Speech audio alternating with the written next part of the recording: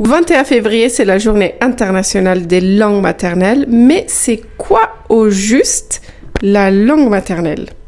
Je vous raconte une anecdote. Une fois, j'étais à Londres et pour un événement, je devais parler avec quelqu'un et à la dernière minute, juste avant que je la rencontre, c'était quelqu'un de très important, on m'a posé la question, quelle est votre langue maternelle? En gros, pour me demander dans quelle langue je voulais parler avec elle ou qu'elle devait me parler.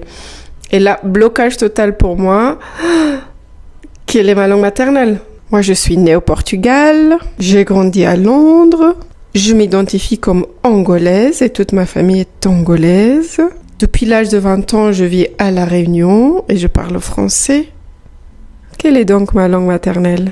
La plupart des gens vont dire que la langue maternelle, c'est la première langue qu'on apprend, mais c'est beaucoup plus complexe que ça. Selon une définition courante, la langue maternelle serait la première langue qu'on apprend et qui va être généralement transmise par nos parents. Mais qu'est-ce qui se passe si on a grandi avec plusieurs langues? Si on perd la première langue qu'on a apprise? Certaines définitions insistent sur la langue du cœur, celle dans laquelle on rêve, celle dans laquelle on pense, celle dans laquelle on exprime nos émotions. D'autres définitions se portent plutôt sur l'aspect académique, la langue de la société. Dans un monde aussi multilingue, la vérité c'est que beaucoup de personnes ont plusieurs langues maternelles.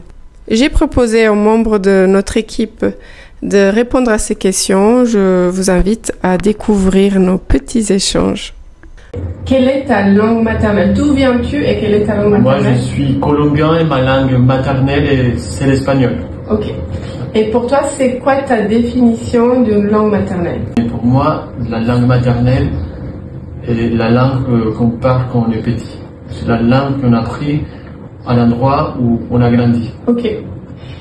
Et donc toi, tu es colombien, tu as grandi en Colombie, Oui. Tu as épousé quelqu'un qui vient d'un autre pays? Oui, ma femme elle est française et donc elle parle français et l'espagnol. On s'est rencontrés en Colombie, donc à la base, à l'époque, on parlait qu'en espagnol et on a un enfant, 2 enfants pardon. Et, oui, mais il y en a un qui parle pas. Donc, un enfant qui parle déjà. Oui, voilà. Donc, ma fille,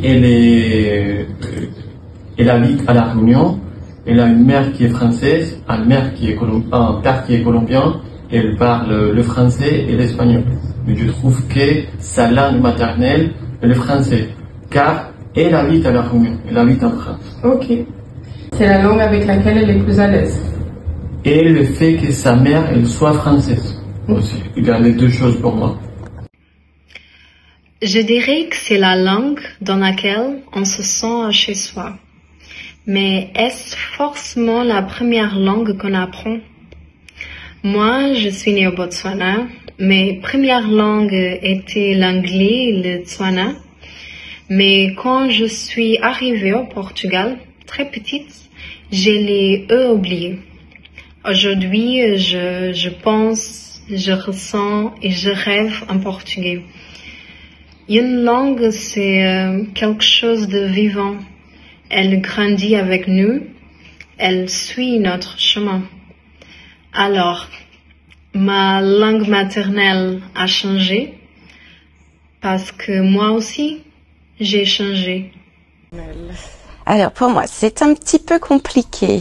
Ma langue maternelle est le français, mais j'ai vécu 20 ans à l'étranger et je suis maintenant bilingue, donc je parle très bien anglais. J'ai eu 2 enfants avec un anglais qui sont bilingues, mais qui à la base ne parlaient pas un mot de français avant qu'on arrive à La Réunion. Donc maintenant, le concept de langue maternelle est compliqué puisque les enfants ont plutôt une langue paternelle qui est l'anglais. Mais depuis 10 ans qu'on est à La Réunion, ils ont aussi à nouveau une langue maternelle qui est le français. Donc c'est une situation un petit peu particulière mais très intéressante. En tout cas, tous les 21 février, on célèbre la Journée internationale des langues maternelles qui a été créée par l'UNESCO pour promouvoir la diversité linguistique, mais aussi pour faire un effort d'encourager la préservation des langues qui sont en danger parce que malheureusement, plus de 40% des langues qui existent aujourd'hui sont en danger de disparaître. Je suis curieuse en tout cas de savoir quelles sont vos propres définitions des langues maternelles. Donc dites-nous en commentaire s'il vous plaît. Partagez. Merci et bonne journée de la langue maternelle.